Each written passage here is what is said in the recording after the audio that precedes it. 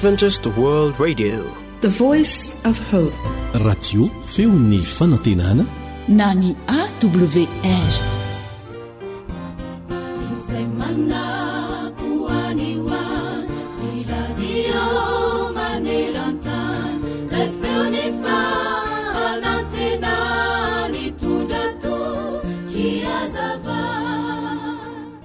Izao no voalazan'ny tenin'Andriamanitra ao amin'ny Jaona 1:7 manao hoe: ary izay rehetra manana izany fanantenana miorina aminy izany dia manadio ny tenany mba hadio tahaka azy. Anisan'ny iray amin'izany fanantenantsika izany tokoa ny hadio tahaka an'i Jesosy, ho tena zanak'Andriamanitra ka hiaina ampitiavana. Sa tsy marina izany? Ireto ary misy fomba fiaina 10 monja ahafahanao miaina ampitiavana sy ampahadiovana. Fomba voalohany dia mahaiza miaino. Fomba faharoa, mitenena ampahendrena. Fomba fahatelo, mahaiza manome. Fomba fahaefatra, mivavaha. Ny fomba fahadimy, mahaiza mamaly. Ny fomba fahaenina, mizara. Fomba fahafito, mitiava. Ny fomba fahavalo, mino. Ny fomba fahasivy, mamela eloka. Ary ny fomba fahafolo, mampanantena. Feno ireo fomba fiaina 10 ireo ny fiainanao, dia ho hitanao fa ho feno fifaliana sy fitiavana ianao. Aza mora mankahala olona fa mandraisa kosa lesona amin'ny zavatra rehetra, satria ny fiainana dia efa lesona lehibe izay tokony handraisan'ny tsirairay avy izay tandrify azy. Mino, manantena fa vitanao izany. Amen.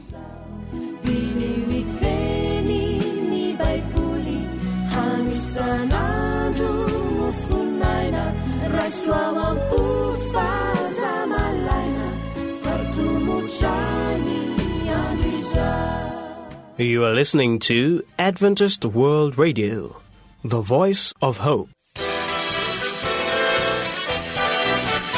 AWR manolotra ho anao feon'ny fanantenana.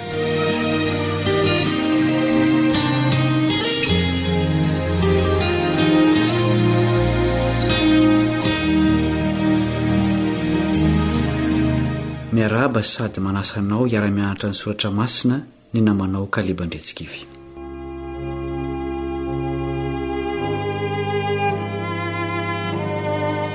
Hatramin'izay ka hatramin'izao dia mamaritra ny mahaolona ny fitafiana. Tsy toy ny sakafo mahavoky izy, nefa dia tena mitana toerana lehibe amin'ny mahaolombelona. Aveza tokoa ny fitafiana, ary misy ve fitafiana takiana amin'ny famonjenantsika? Hitady ny valin'ireo fanontanian'ireo amin'ny soratra masina sika fa andelo hivavaka. Rainay masina mpamorona anay eo, andinika ny teninao izay ankehitriny, koa mangataka ny fahazavan-tsaina avy aminao. Meteza ianao aneo aminay izay sitraponao mba harahanay. Amin'ny anaran'i Jesosy no angatahanay izany vavaka izany. Amen.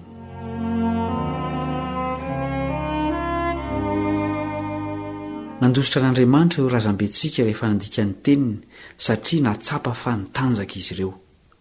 Nanjaitra ravina aviavy izy mivady mba anaronana ny henatra, fa tsy naomby izany. Andriamanitra ihany no nanome ny vahaolana. Izao no voasoratra amin'ny Genesis 3:1-20.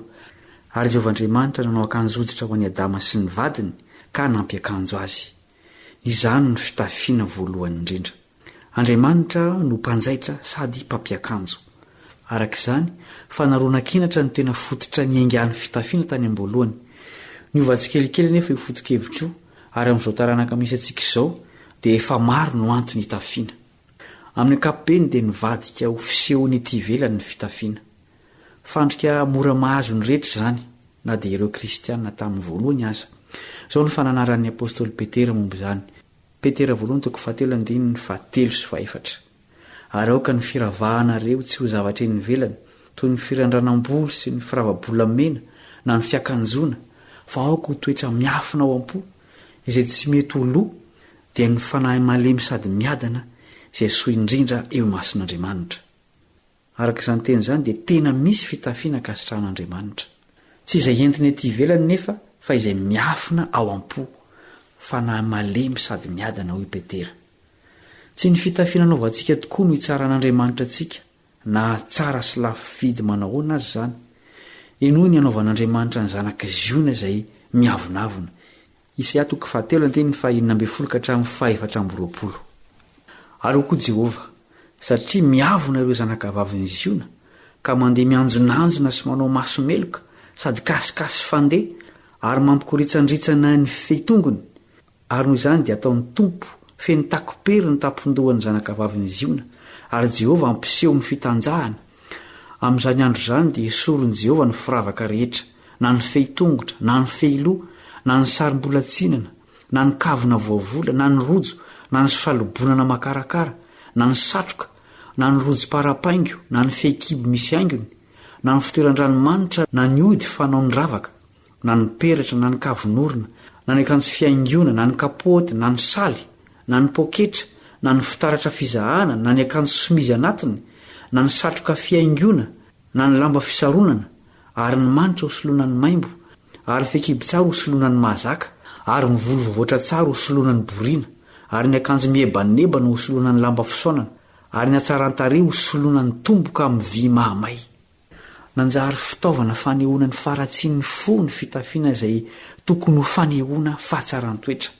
Halan'Andriamanitra ny fiatsika toy izany. Mitaky fitafiana ara-dalàna ny fiarahamonitsika amin'ny olombelona, saingy tsy fitafiana hita maso toy izany no takian'Andriamanitra.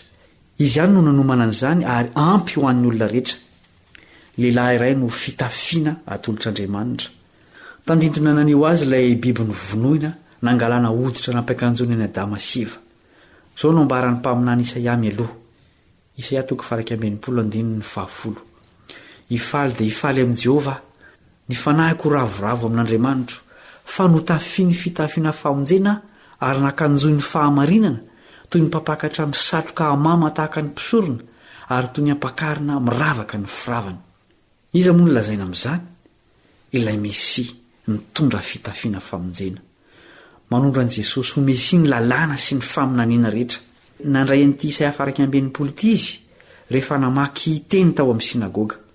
Dia hoy izy avy eo, androany no efa tanteraka eto anatrehanareo izany soratra izany, ao amin'ny Luka 4:1-2. Izy no nirahana mpitafy famonjenan'ny olona amin'ny alalany. Izy no fitafiana atolotr'Andriamanitra ny mpanota. Noarin'i Jesosy tamin'ny fitafiana entina amin'ny fampakaram-bady, ny fitafiana famonjena atolotr'Andriamanitra.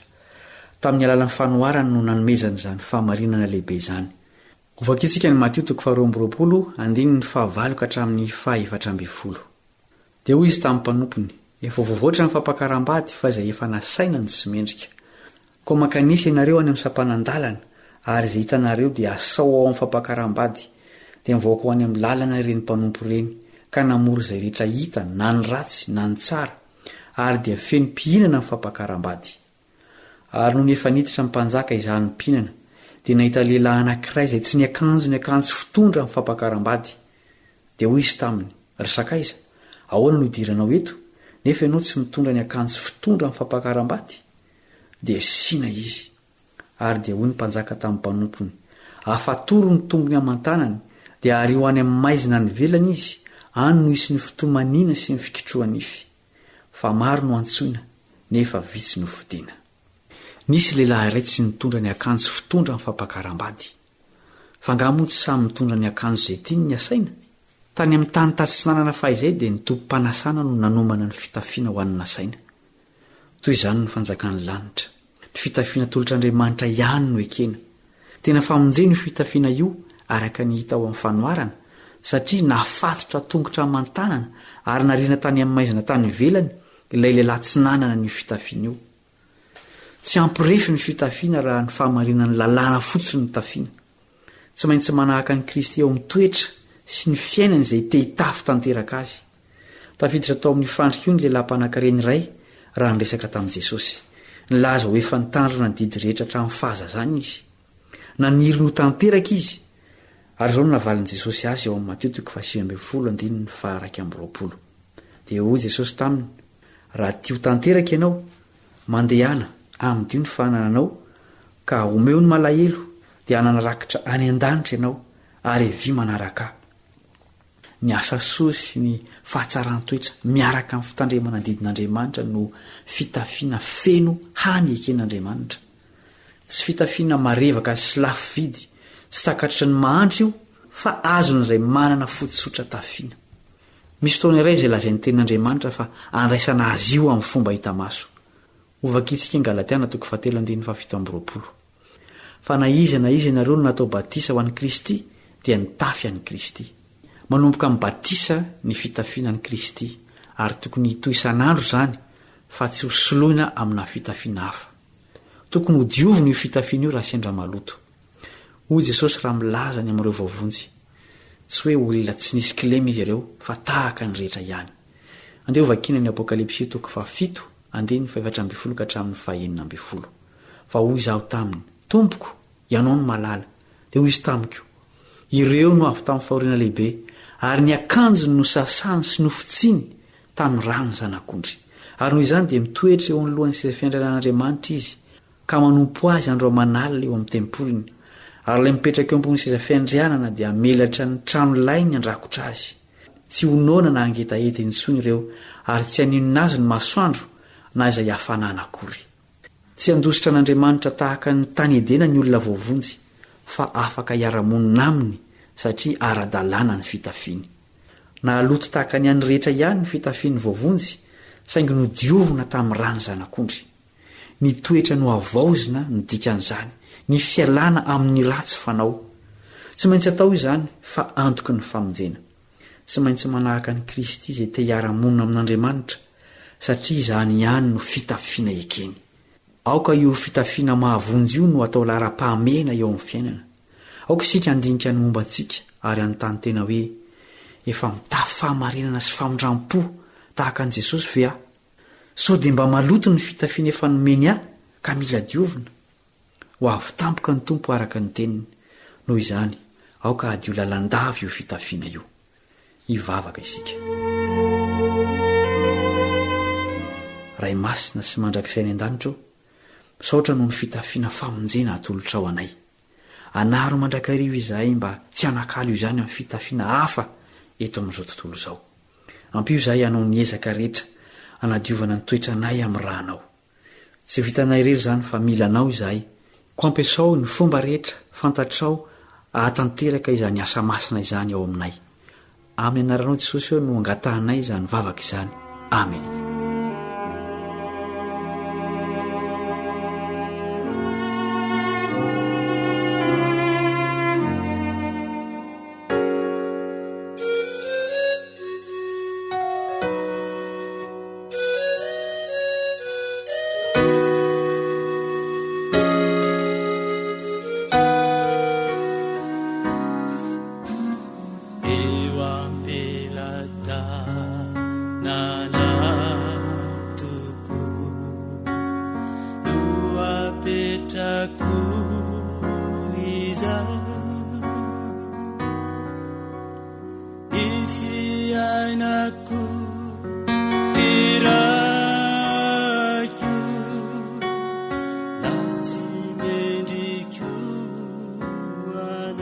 Antoko-pihira Ambatomanga.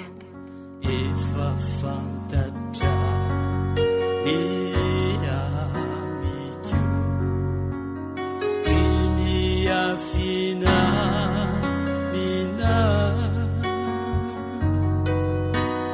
na mipetraka dia hitana, na mitsanganya niko.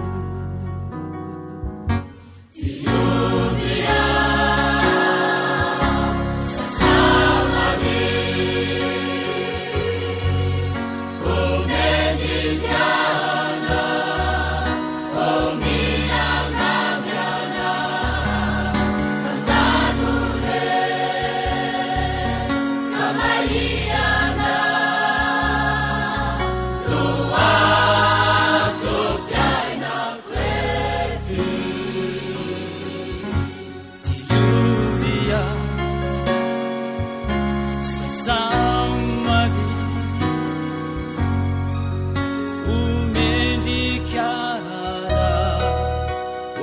miangaviana tantanure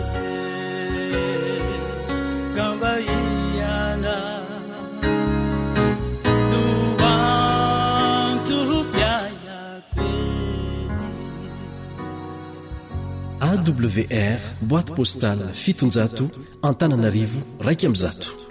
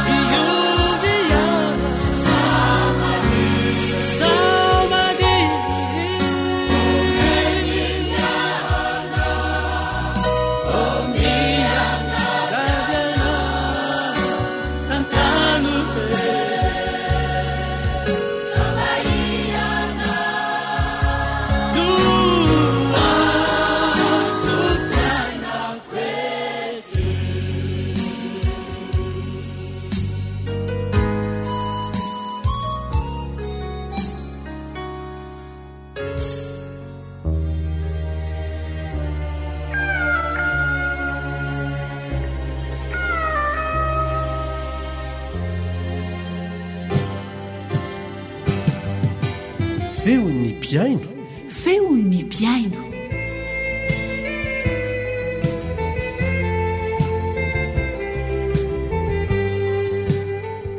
Fifaliana manokana ho an'ny ekipa ny feon'ny fanantenana ny miarahaba sy manasanao anaraka ity fandaharana natokana andrenesana ny feonao piaino ity.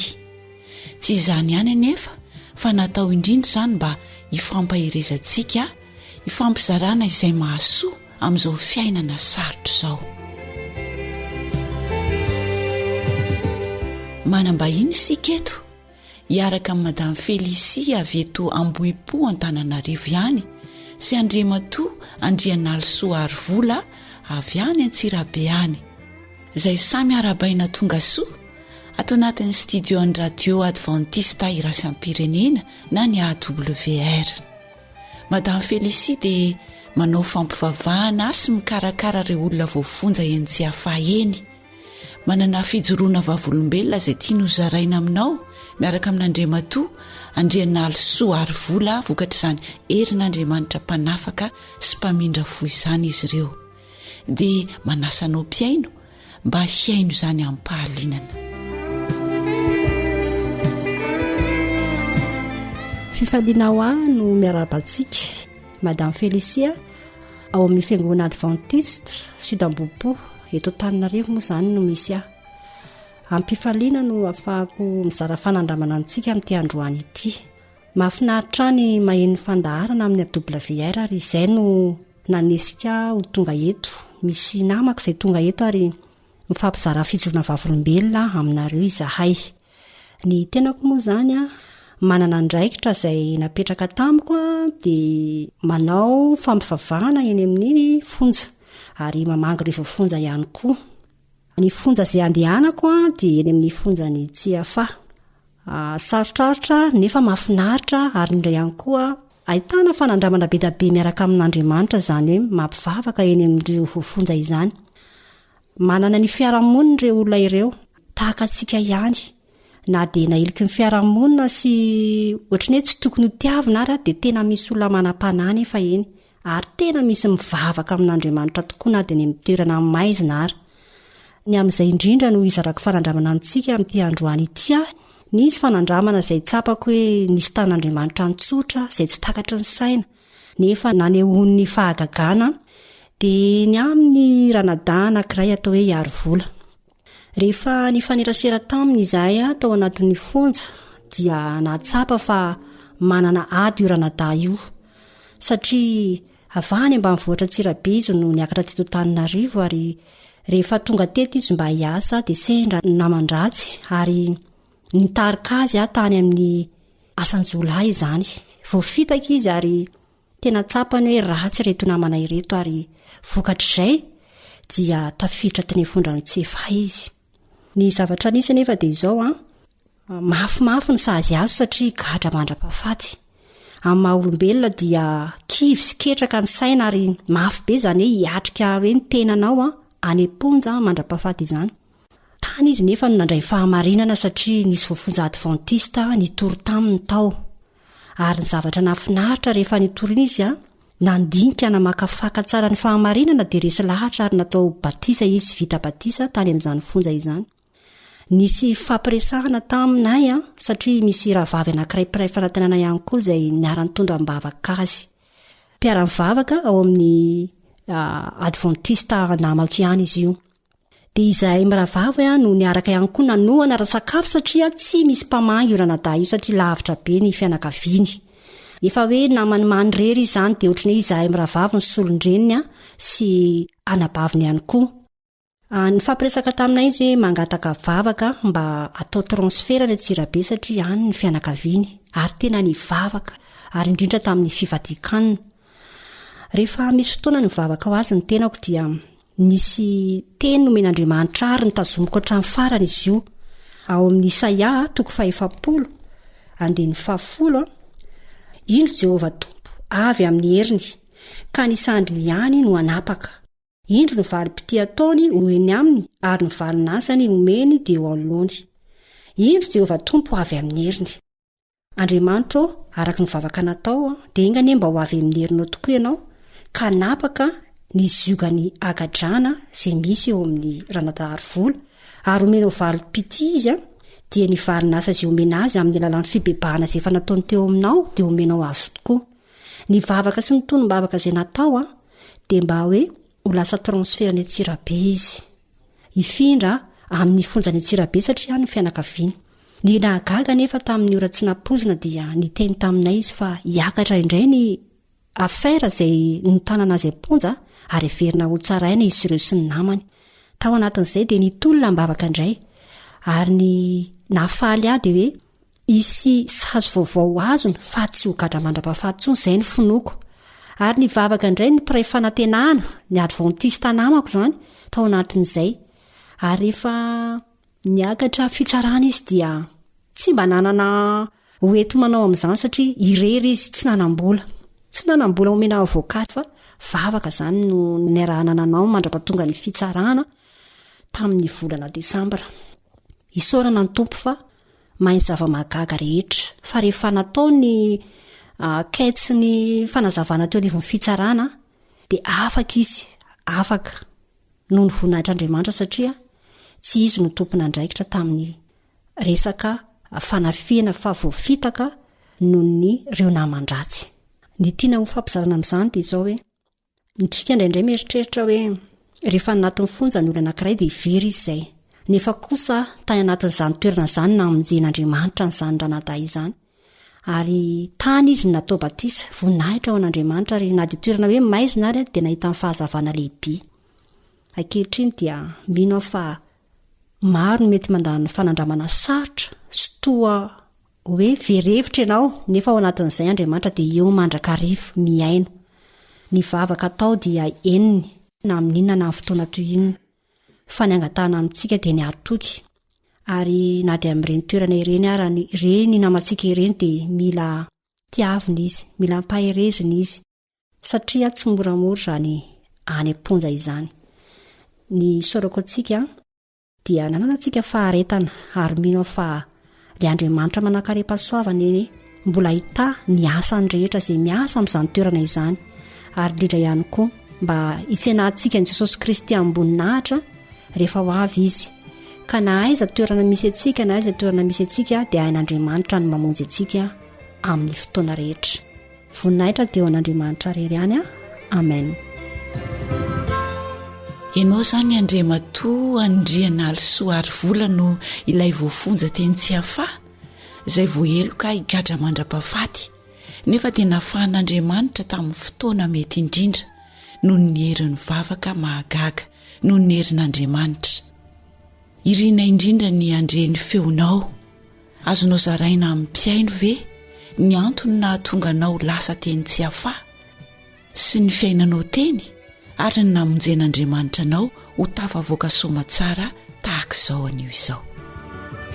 Loko voninahitr'Andriamanitra indray no mbola mafaly eto amin'ity radio AWR izay mandray tanana amin'izao fijoroako fa folombelona izao satria no ilay Andriamanitra mbola matateraka izy rehetra izao. Ny anarako Andriana Alisoa ary vola araka ny voalazany ranam-pahavy teo maro nefa voatantarany teo no mombana sady olona fa Antsirabe sendra niakatra taty Antananarivo andeha hiasa anapireo ray aman-dreny satria sahirana sy mahantra izy ireo. Rehefa tonga taty Antananarivo sa niasa tao amin'ny orinasana sinoa anankiray. Rehefa ndrava avy niasa nefa za dia ndeha ody zany direksionko sendra nahita ireto namana izay olona mba fanojo maso anamiko dia ohatrany hoe lasa namana. Rehefa anaty bara tena tsony sa andao tsika revirevy kely. Nanatony sa dia rivariva saby tamin'ny amin'ny fitofito teo dia lany ny revy dia andao tsika akavola hozy izy rehefa avy eo. Dia nandeha zay hoe akavola. Tiany sakosy hozy izy ilay namana babeo. Lasa zay dia nandeha tonga teo ambodin'ilay trano. Dao hoe la hozy izy miakatra amin'ilay tambo. Fatony tranonay akatsika an'ilay vola. Tsy manam-poy ninino sa amin'io fa za hoe trano zareo andeha akavola tsika. Rehefa tonga tao anatin'ilay trano namoaka basy, namoaka baraminina. Ay ty sakotsy babeko tia kalakiny eo anatiny ary barapaisa. Eo za voataitra hoe ay angalatra izy ty anafika tranon'olona. Za koa amin'io efa mamamo tsy miavana antsika fantaoko zany tsy mahatompo misaina zany. Nandeha ny ataky mitifirina le olona maty le olona rehefa eo. Hoe fitoetsy ny vola azy tao. Tsy izany efa no nitifitra le olona fa nisy olona namako leo namako roa no nitifitra anazy. Za tany amin'ny efitrano hafa. Maty le olona. Nandeha tany amin'ny hopitaly ara-pitsoniny. Mbola noentina tany amin'ny hopitaly izy aloha mivonjena andany ny ainy fa tsy hovonjotsony izy. Dia za sendra nandalo teo andeha anamboatra moto eo ambodin'ilay trano nanaovako an'ilay ataky ihany. Satria za tsy mahafantatra mihitsy hoe ahoana zany ataky zany. Za tsy ho anatin'izay mihitsy hoe zay moa zany namono olona tamin'ny alina, moa zany angalatra tamin'ny alina. Dia nandeha teo amin'ilay bodin'ilay trano le olona za reo olona reo nefa mivezivezy eo mitadidiny tariako kay reo olona reo hoe ty marina ve za. Nandalo ny 4x4 Land Cruiser ray mitondra le zanak'le olona voatifitra makany amin'ny vezivezy makany amin'ny hopitaly. Intelo mivezivezy teo io za mbola tsy miala eo foana sa nefa tsy mahafantatra hoe reny nge le olona nanaovanay akoso tamin'ny alina iny satria amin'ny tsy mahatompo ny tenako anazy satria za mamo. Rehefa samborony za ary tonga teo ny zandarma miaraka amin'ny Land Cruiser inga ny zandarma fito ao anatin'iny vezivezy iny. Samborona za tsy taitra satria tsy nieritreritra za hoe za nangalatra ke tamin'ny alina. Za koa mbola tsy niditra bureau polisy, tsy niditra bureau pokotany, mbola tsy nanao foto mihitsy za tany amin'ny toerana misy anahitra amin'izay fa voasambany io. Tsy mba hoe mpangalatra za. Rehefa samborona teo za dia ozy izy le zanak'le olona natakiana hoe ianao no namono ny dadanay. Za sady nalahelo anazy koa sady izy nitomany za reny lasa nalahelo. Satria tsy tao anatin'ny fikasako nanaovako an'io ataka io. Fa ny ataoko dia hoe akavola hoe namany ty.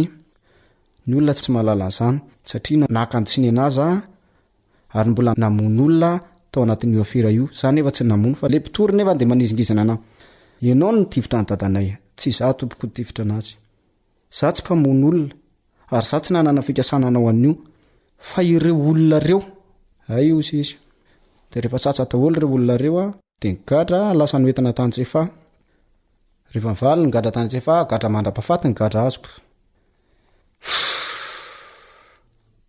rehefa tany Jefa za teo amin'izay za vao tonga saina nandinika ny tenin'Andriamanitra satria sa tsy nanana dada sy neny hoe afaka hikarakara manana dada sy neny za fa ny ambanivohitra izy ary mahantra kely izy ireo mampalahelo anahy mihitsy indrindray ary za misaina an'izy ireo de latsaky ny raha masoko ao anatin'io ankatrano io gadrako nefa mandra-pahafaty isa ro mba hikarakara anahy isa mba misakafo anahy ty nefa maison de force sarotra be amiko zany ny voaka ato ary mandra-pahafatiny anahy le reniko nefa mampalahelo anahy ary za vao mieritreritra an'io de mitomany foana de sendra nanonofo za rehefa avy nahazo gadra-peritra ty zany zava-dehibe teo amin'ny fiainako misy ty nanonofo zao anatin'ny fatoriana ao anatin'io trano vato be io latsaka atao anatin'ny lavaka za de nitotoro ny vato za rehefa voatototro ny vato aby re olona be dehibe reo de za sendra nahita tara-pahazavana kely ray ny andrano sa de nahita tara-pahazavana kely ray any anatin'ny lavaka lalina be nisy fahazavana kely ny tsilo anahy taitra tapoko za amin'izay hoe atao anatin'ny vato be za ary ny olona rehetra voatototra daholo misy maty misy marary fa za mbola nahita le taratra fahazavana kely aviny ambony fanatenana lehibe ho anany nahitako an'io fahazavana kely io zay mbola nisy finoana atao anatiko hoe misy fahazavana amonjy anahy zany atiny tena marina nanomboka teo za de tsy kivy amin'izay tena momboka namaky ny baiboly ary nisy rahalahy anankiray voalohany indrindra aloha za voaliditra tao de ray aman-dreny zay nandray anahy nigadra tany de io nandray anahy voalohany indrindra aloha de nampianampianatra anahy soratra masina teo de saraka taminazy za de niaraka tamin'ny lehilahy indray adventiste zay nampianatra anahy ny soratra masina io teo soratra masina ho anahy voalohany indrindra vao niditra tao lioka toko 7 ny voalohany sy ny fafito izao le voalazany tiany ary Jesosy laza fanoharana taminy fa tsy mety raha tsy mivavaka mandrakariva ka tsy reraka any amin'ny 9 Andriamanitra va tsy amerary ny olombafidin'izay mitaraina amin'ny randramanalina zava-dehibe teo amin'ny fiainako zany tiany Jesosy zany mivavaha ozy izy ao amin'ny tantara faharoa toko 7:5 sy 5 raha ny olona zay natsona amin'ny anarako izy izy no avy anetry tena sy vavaka ary hitady ny tafako ka hiala amin'ny ratsy fanaony de hieno any an-danitra aho ary amela ny elona ary anasitrana ny taniny ary izao dia ahiratra ny masoko izany fanantenana lehibe teo amin'ny fiainako zany satria rehefa nandinika ny baiboly Andriamanitra no namorona anahy fa ny ray aman-dreniko fitaovana ihany aiza fofonain'Andriamanitra keny navelona anahy ty velona Andriamanitra namelona anahy maty satria nanota za ary eo voalazan'ny Romanina zany fahafatesana ny tambony nota ary tsy maintsy ho faty avokoa ny olona rehetra noho izay fahafatesana zay nefa natonga na mivavaka satria fahafatesana tsy mahalala an'Andriamanitra ho fahoriana fijaliana mandrakizay ny iainany fa ny olona mahalala an'Andriamanitra nefa fiainana mandrakizay ekena fa manota tsika nefa noho ny amin'ny rantsony Jesosy zay natolony moa na nadiovany afaka manantena indray le fiainana mandrakizay zay fa nomany Jesosy raha ny olona izay natsoka amin'ny anarako izy Jehova no ho avy anetry tena za nefa tena efa fantatra hoe sa olona nangalatra matoa zany tafiditra tanatin'ny afonjan'i Jefa isan'ny olon-dratsy fa ny fanehoan'Andriamanitra ny hery lehibe teo amin'ny fiainako de hoy izy hoe atsoya ny andro fahorianao dia hamonjy ianao tena ny atsoko io Andriamanitra io ary tena natsoko ny talaoko fifatikanina nataoko manenjika 3 jours 3 nuit misy manenjika herinandro 24 heures tena nitarainako io satria za natsapa hoe orsy mahantra mihitsy ny aty ozy tamin'Andriamanitra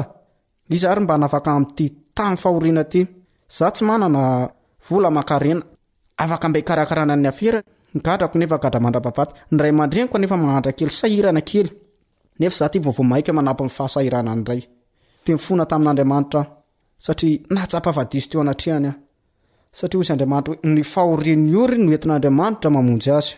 Teny antsika ny Joba 36. Joba 9:30 sy 10. Ny anaran'i Jesosy na makiko ny teny. Ary na voafatotra migadra izy sy voave amin'ny tady ny fahoriana dia ambarany azy ny asany sy ny fahotany fa efa nanandra tena izy ireny. Dia manokatra ny sofiny hihainy fananarana izy ka mandedy azy hibebaka hiala amin'ny ratsy. Tsapako tokoa hoe famaizan'Andriamanitra anahy io ary fanefen'Andriamanitra anahy mba hampahafantaran'Andriamanitra anahy hoe ahoana ianao rehefa ao anatin'ny fahoriana lalina, ao anatin'ny aizina iverina ve sa? Teny meny Joba maty izany hoe raha voafatotra amin'ny gadra izy, za le ao anatin'le gadra ary voafehy amin'ny tady ny fahoriana. Ao anatin'ny agadrana dia fahoriana, tsy fampitsakafo, tsy fampihindrana, aizina ny tontolo planeta hafa mihitsy. Sany anefa tsy nasakana anazy fa noho le teny Joba dia nandidy ahibebaka izy. Noho ireo fahoriana ireo, tsapako fahoriana sy ny fijaliana ny ainako ary ny ratsy vitako. Dia mibebaka tamin'Andriamanitra ary niekeneloko teo anatrehany fa ratsy tokoa ny vitako. Ary nanolo tena ho amin'ny ranony batisa mba ho famelana ny eloko fanadiovana isolon'ny rason'i Kristy. Teo ny tonga dia nampiova ny fiainako ary nonomboka riva vita batisa vavaka maraina tandro ariva raha mbola misy koa ny atao hoe anio tao anatin'ny nanomboka 2019 jusqu'à 2022-27 janvier. Raha mbola misy koa ny atao hoe anio herinandro zany tsy vavahako tao anatin'ireo zoron'io 2019 29 novembre 2019 nanaovana batisana tolomako ambavaka Andriamanitra taka nanaovan'ny Jakoba anazy. Tsy amelako ianao izy Jakoba raha tsy mitay ahy. Andriamanitra io mahay zavatra mahagaga mihitsy. Teo namonjen'Andriamanitra na ilay za tsy nanam-bola, za tsy mba nisy mpamanga, za tsy nanana mpikarakara, tsy mba nisy hoe avokat eo amin'ny fitsarana anahy. Fa Andriamanitra niditra teo amin'ny fiainako. Andriamanitra solondray aman-dreniko sy mba nanatrika anahy. Andriamanitra na avokako. Reo preferako moa dia nanana avokat daholo. Misy mivarotra trano, misy mivarotra tany. Fa za tsy ariary. Tsy ravomena ozy izy ny fiteny. Tsy ray aman-dreny. Za rery zany dia onjonjo ny tenako samy rery za. Za moa indraindray dia malahelo sady mitomany. Teo amin'ny fitsarana za dia nitomany ihany. Satria nalahelo ny tenako hoe za rery ty. Za nefa manaiky ny afera trany amin'ny voalohany ka trany farina tany amin'ny fitsarana voalohany. Tena naiky an'io foana za tsy nandahy mihitsy satria nataoko le izy. Dia rehefa mivavaka za dia manana olona izay nirahan'Andriamanitra, ireo membre adventiste avy any ivelany makantse fa izay manao asa fanampiana, asa mitoro filazantsara any amin'ny fonjam-pentsefa. Reo olona tsy mba fantatro mihitsy. Tsy ray aman-dreniko ireo, tsy fianakaviako ireo, fa noho ny herin'Andriamanitra dia nirahan'Andriamanitra ireo olona ireo. Ranaba Felicie, Madame Angeline. Ireo olona ireo mba natoniko ny fampiresako voalohany. Ireo no nampahery anahy, mba nanampy anahy amin'ny alalan'ny vavaka. Eritrereto hoe olona tsy fantatro hoe niza niza. Tsy manana fianakaviana ty Antananarivo mihitsy za. Fa dia nonjonjo tenako samy rery. Preferako efa manary ana daholo. Hoe la ozy izy tsy manam-bola tsy mananenenina. Raha misakafo zany tsy efa amin'ny alina fotsiny indrindray ary za herinandro tsy misakafo ny tena marina. Fa vavaka no hery soe aroara tao. Noho ny fitiavan'Andriamanitra anahy dia nampian'Andriamanitra tamin'ny alalan'ireo olona ireo. Iny ilay tara-pahazavana kely tary amin'ny nofika tariny. Toy izay hoe Jesosy ho fahazavana ho azy satria izay voasoratra ao anatin'ilay Baiboly iny. Izao izy Jesosy ho fahazavana izao torzao. Dia nirahan'Andriamanitra ireo olona ireo anampy anahy ary tena ndraiso tena ohatrany hoe solondreniko mihitsy ireo. Ary za vao tsy manoratra ao amin'ireo dia malahelo. Ary ireo koa dia manoratra ao anareo. Ireo zany mba mpanampy anahy hoe amin'ny ara-tsakafo, amin'ny ara-panahy ary mampahery ahy isan'andro san'andro. Za dia mitondra mbavaka ho an'izy ireo ary izy ireo mivavaka ho anahy. San'andro man'ny akonany raha mbola atao hoe anio. Dia mivavaka. Eny fa na dia ho ampitory ahy za dia mivavaka ho azy io foanako mba hamelany heloko. Ny fanampian'ireo olona ireo tamin'ny tsy fisalasalana fa tamin'ny zotom-po ary ny kely aina mihitsy ireo olona ireo natongavany tany amin'ny lalana amina kilometra ambanivohitra antsefa anampy anahy ikarakara anahy. Marina fa tsy manam-bola makarena izy fa manana arena amin'Andriamanitra izy dia ilay Andriamanitra ny arenany. Andriamanitra no zarainy ho anaty tany ary naharesy lahatra anahy tao amin'ny fiangonana advantista zay mitandrina ny andro fahafito no ny fiarahako tamin'ireo olona reo dia nisy hery tao anatiko, nisy finoana matanjaka tao anatiko satria ny fahamarinana tokoa no hoentin'ireo sarain'ireo ary marina ny tenin'Andriamanitra hoentin'ireo amiko. Amin'ny fahamarinan'Andriamanitra mihitsy no nondraisiko tamin'izy ireo resy lahatra natao batisa. Izay rehetra atao batisa hozy izy Jesosy no afaka mandova ny fiainana. Rehefa avy natao batisa dia lasa le rahalahy namako. Afaka izy moa nananarao lahy namana sa advantista daholo reo olona namako tao reo. Samy lasa daholo ny ray transfert, ny ray moa afaka ambatondra zakany zao ary izy io dia mbola mijoro foana hatramin'izao. Izay ny sorako n'Andriamanitra.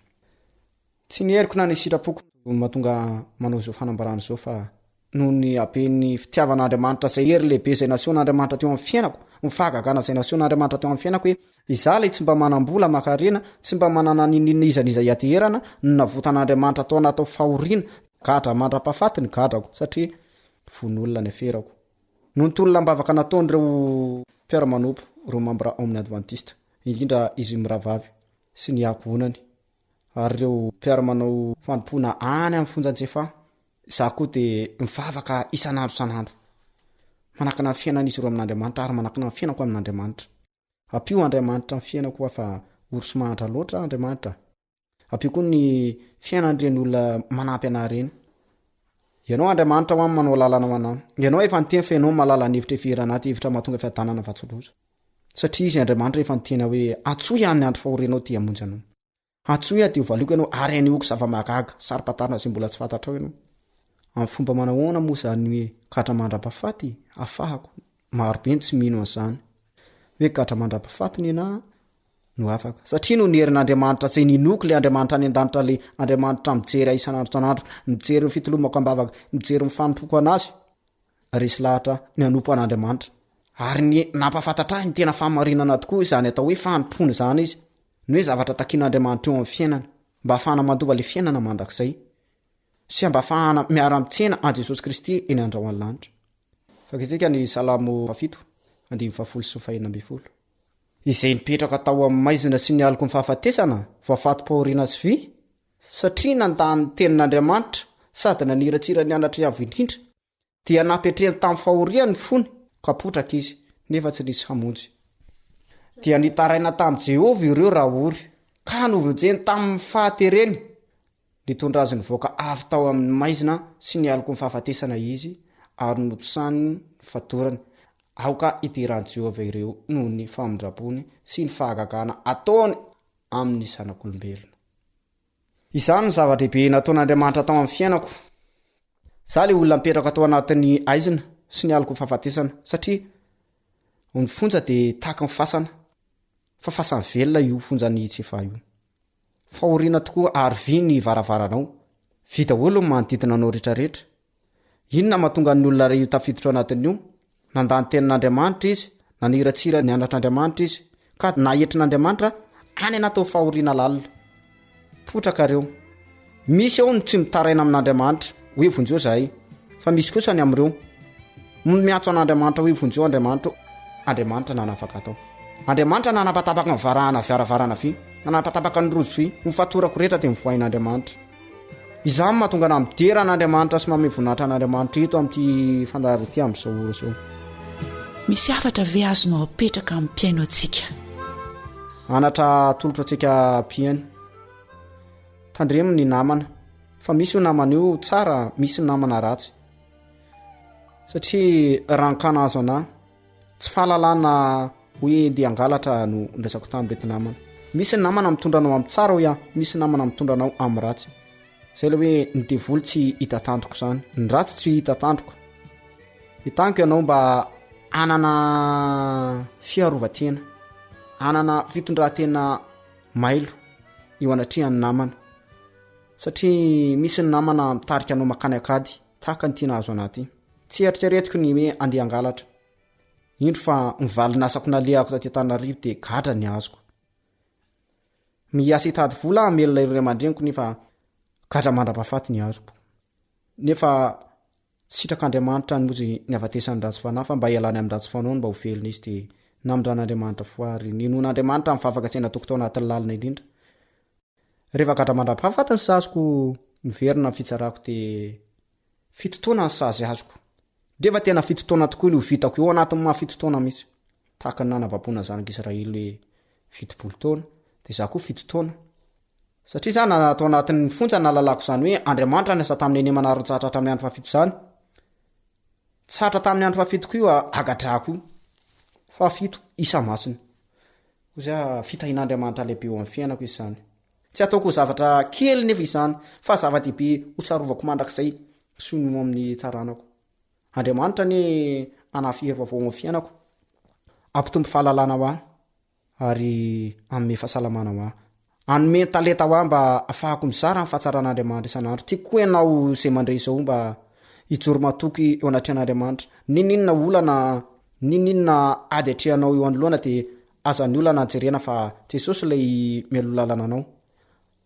akino amin'ny fiainanao fa izy alavirariny izay rehetra alehanao matoky azy amin'ny fonao rehetra satria asany tanany ianao rehefa manakina fiainanao amin'Andriamanitra dia omenanao ilay fandresena ninina olana atrehanao na goavana manahoana zany tsisy zavatra izay tsy hain'Andriamanitra tao eo amin'ny fiainana fa ainy avokoa satria anao manao ny ampanovany anao dia izy miditra tsehatra eo amin'ny fiainanao mamahany olana rehetra kanefa kosa tsy tsara eo amin'ny atrehan'Andriamanitra mivavaka manao saritafa hoy amin'ny avatry ny Isaia 5:1 hoe nisy vehivavy ozy ny azona lehilahy iray zay natao hoe nohanina ihany ary nitafiana fa mba tondroy amin'ny anaranao izay tsy mety amin'ny atrehan'Andriamanitra zany hoe mivavaka mivavaka tsika nefa ny ataontsika ihany nataontsika miatsara velatsia ny atrehan'Andriamanitra tsy tsara ary avana fa famaizana mafimafy kokoa no ambadika izay ary hitan'Andriamanitra zany any amin'ny fitsarana any eo voasoratr'Andriamanitra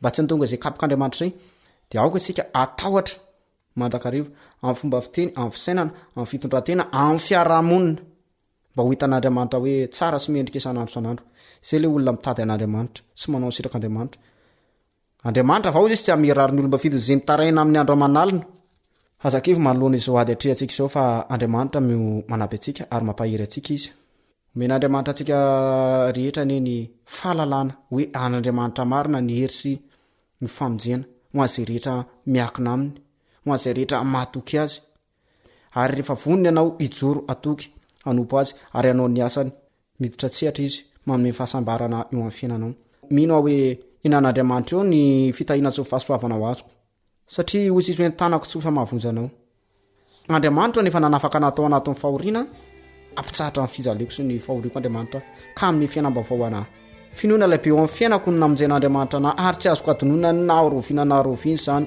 afatra ho apitako eo amin'ny fianako afiko zany sy ny akonako eo amin'ireo mpiarabelamba namonjen'Andriamanitra na dia misaotra anareo indrindra tompoko nanaiky ny vahiny sy ny zary zany fijoroana vavolombelona zany teto amin'ny feon'ny fanantenana tsisy teny be azo anampiana izay voalaza teo fa feno dia feno izay antenaina fa nampahery sy nandraisan'ny tsirairay avy lesona dia izao no afatray hoe andramo tokoa ka izaho fa tsara Jehova sambatra izay mialoka aminy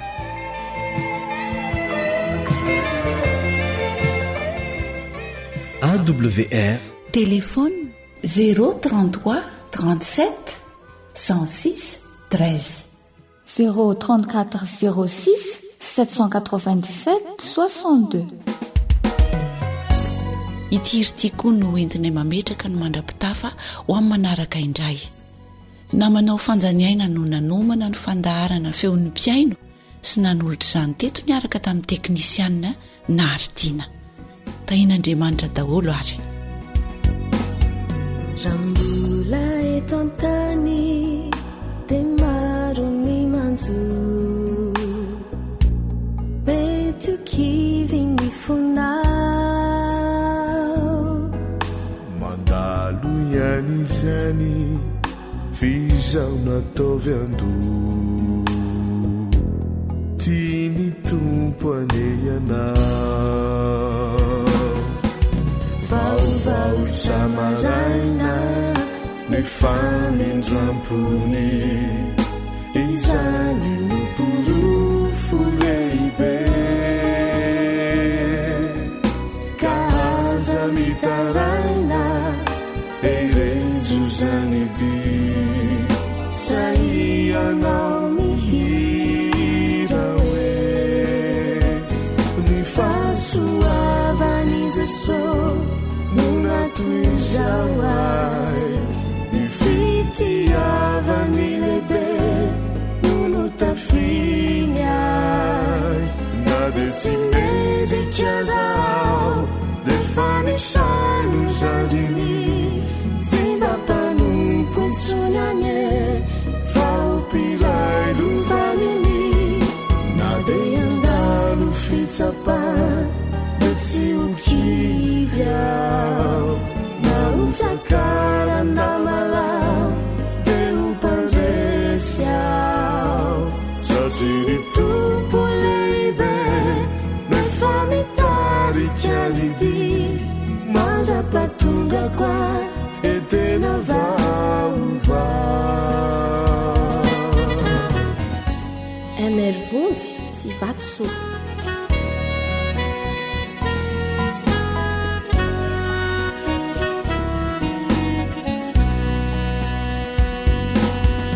famampaeranao ao hoanao zay kilampo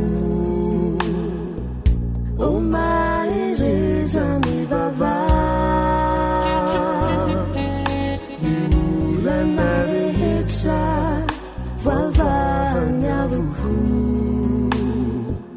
jesono tompo tsy manda vavao samaraina ny famindrapony izany noporofo lehibe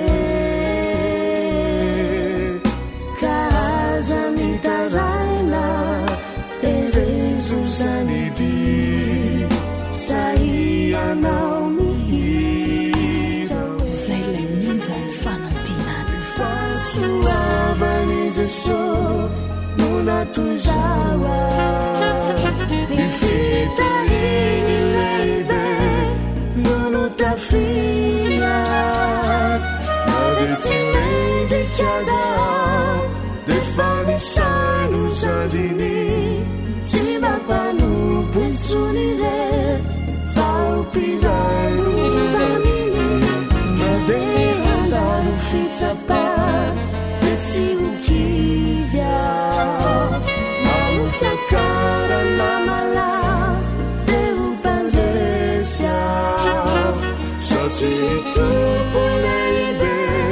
noefamitarikyanidi mandrapatunga kwa edena vaova sasitupoleibe noefamitarikyanidi mandrapatunga kwa edena vaova.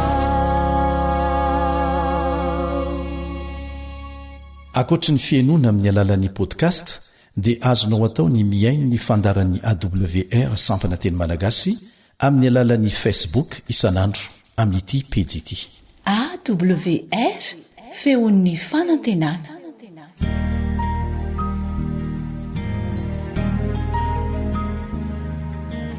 Faniteninao no fahamarinana. Taridalana manokana fianarana baiboly avoaka ny fiangonana advantista maneran-tany. Iarahanao amin'ny radio feon'ny fanantenana.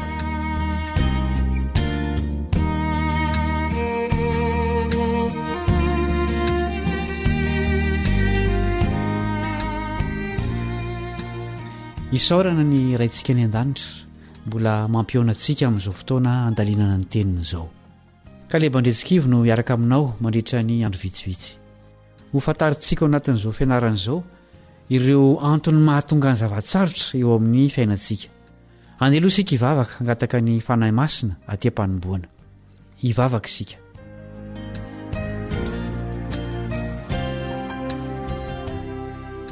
Rainay izay any an-danitro, andalina ny teninao izahay izay tsy efa ny fisainanay, koa mangataka ny fanahinao izahay, ampianatra sy taridalana mba hatakaranay ny sitraponao. Amin'ny anaran'i Jesosy, amen.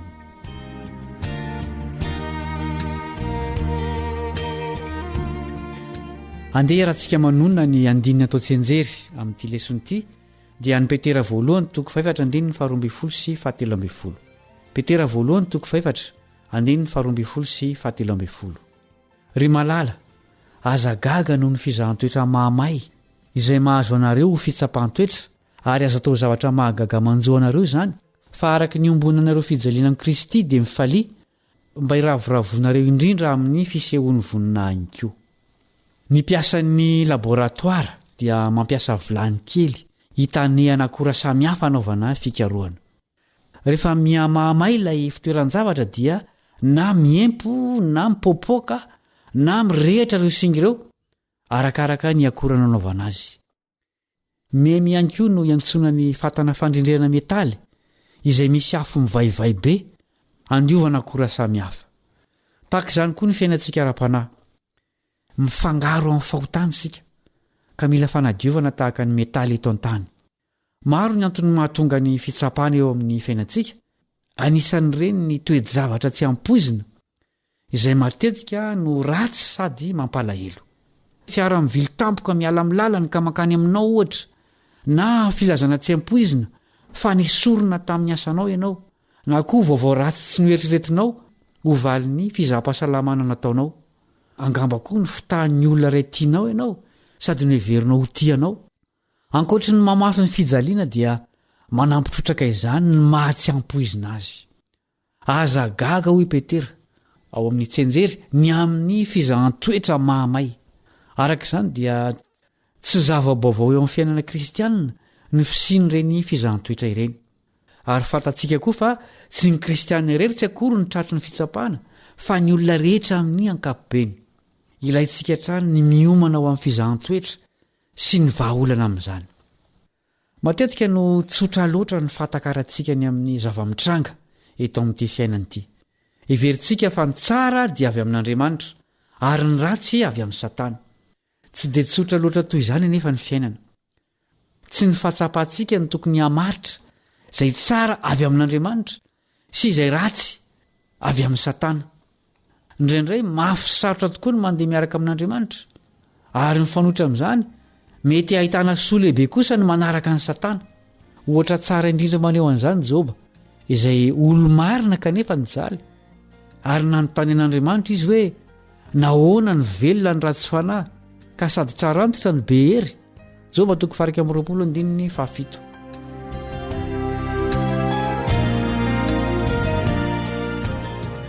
Andeho fitiantsika vetivety ny fianarana androany. Mety ho tonga tapoka amin'ny olona rehetra ny fizahan-toetra na mpivavaka na tsy mpivavaka. Tsy afa-miala amin'ireny fitsapana ireny sika satria manadio sy manafaka antsika amin'ny fahotana izy ireny. Ary tafiditra ao anatin'ireny fitsapana ireny ireo zava-doza tsy ampoizina izay miatra eo amin'ny fiainantsika. Na izany aza tsy mety ny mangataka fitsapana satria efa eny amin'ny lalantsika izy ireny. Ny tokony atao dia ny mametraka ny fiainana amin'Andriamanitra mba hiarovana antsika amin'ny zava-dratsy mety ho tonga tampoka.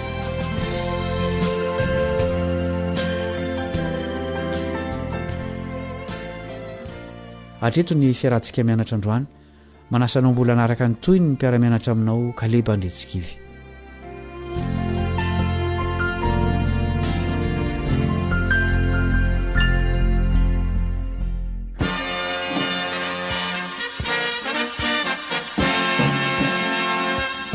Adventist World Radio, the voice of hope. Radio feon'ny fanantenana. Ny farana treto ny fanarahanao ny fandaharan'ny radio feo fanantenana na ny AWR amin'ny teny malagasy. Azonao atao ny mamerina miaino sy maka maimaim-poana ny fandaharana vokarinay amin'ny teny pirenena mihoatriny 100 amin'ny fotoana rehetra. Raisoaryn'ny adresy ahafahanao manao izany: awr.org na feofanantenana.org.